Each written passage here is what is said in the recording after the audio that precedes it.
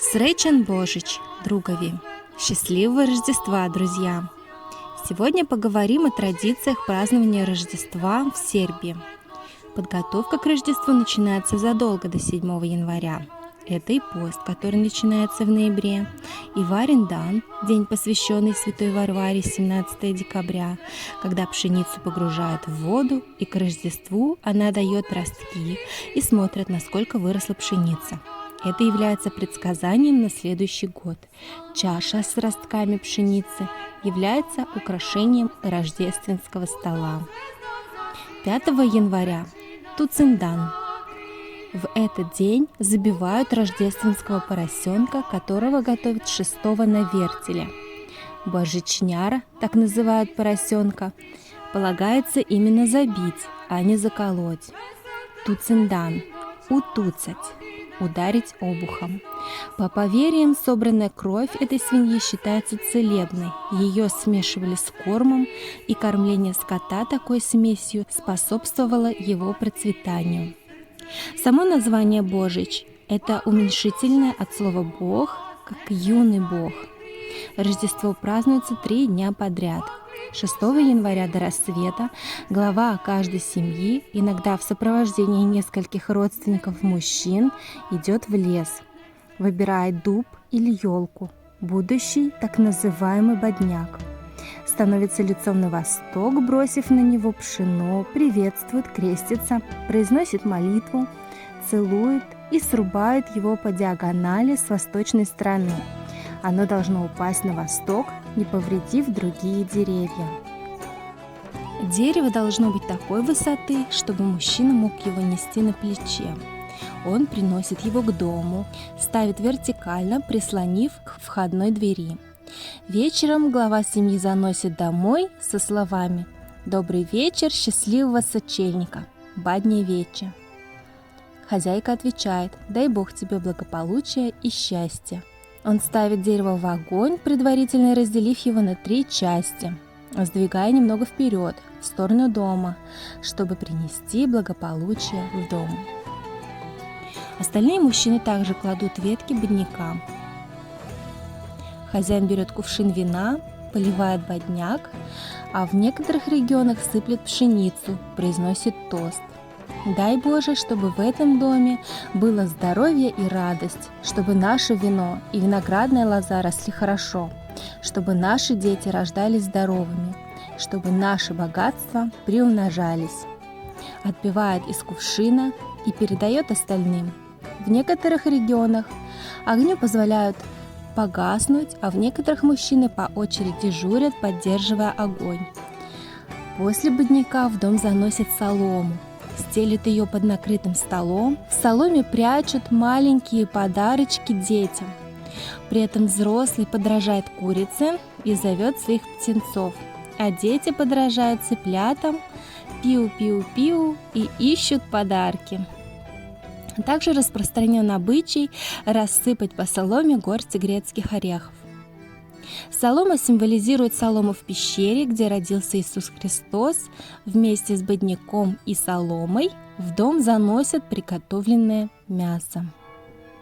В городах, в церквях зажигают бодняк во время празднования сочельника, и люди приносят свои ветки, чтобы сжечь их. Пучки дубовых веток продают в магазинах и на рынках, бабушки на улицах. В такой пучок добавляют еще веточки кизила и солому.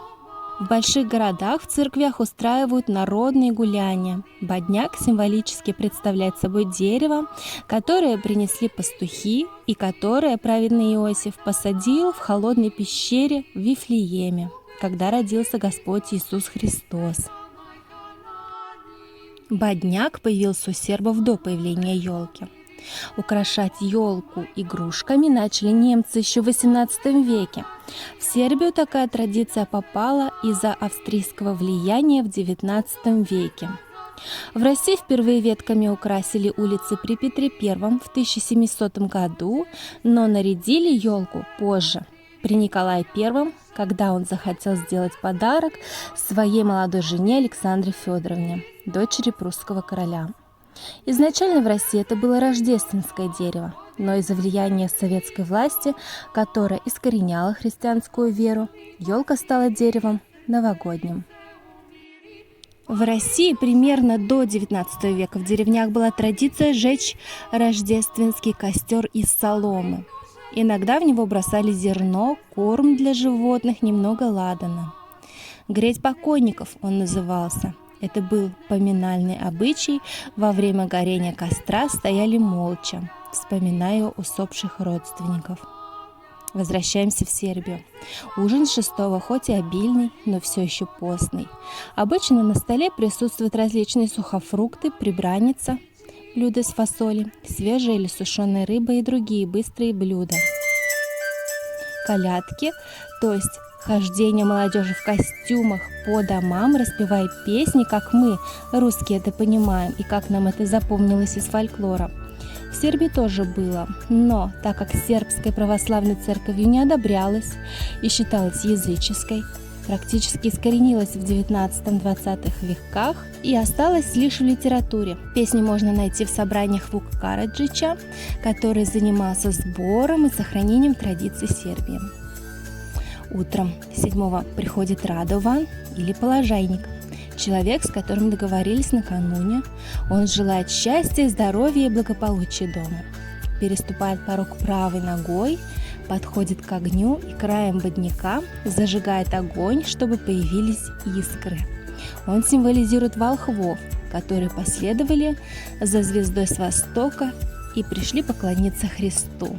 Рано утром 7-го хозяйка печет лепешку, которая называется честница. Тесто может быть сладким или соленым, из кукурузной муки или пшеничной. Название этого ритуального хлеба происходит от слова «честь», «часть». Его только разламывают по части, по количеству членов семьи.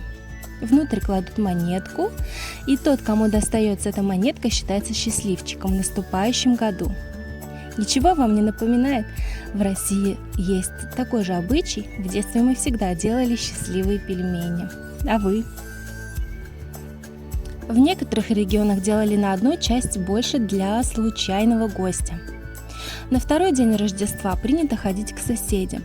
На третий день из дома выносят рождественскую солому, из нее делают небольшие связки, часть подвешивают на фруктовые деревья, чтобы плоды были лучше. Еще один пучок оставляют в сухом месте, где жгут на Георгиев день, 6 мая, как защиту полей от града.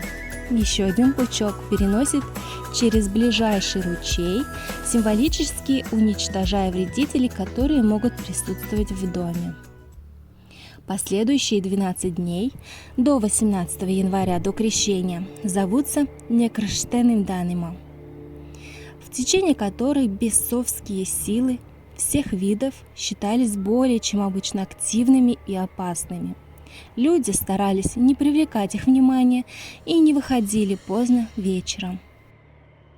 Эта последняя предосторожность была особенно связана с демонами, называемыми караконджолами, которых считали тяжелыми, коренастыми и уродливыми существами. Когда караконджол находил кого-нибудь на улице в ночь некрещенного дня, он прыгал ему на спину и заставлял нести себя куда хочет, прям как у Гоголя в ночь перед Рождеством.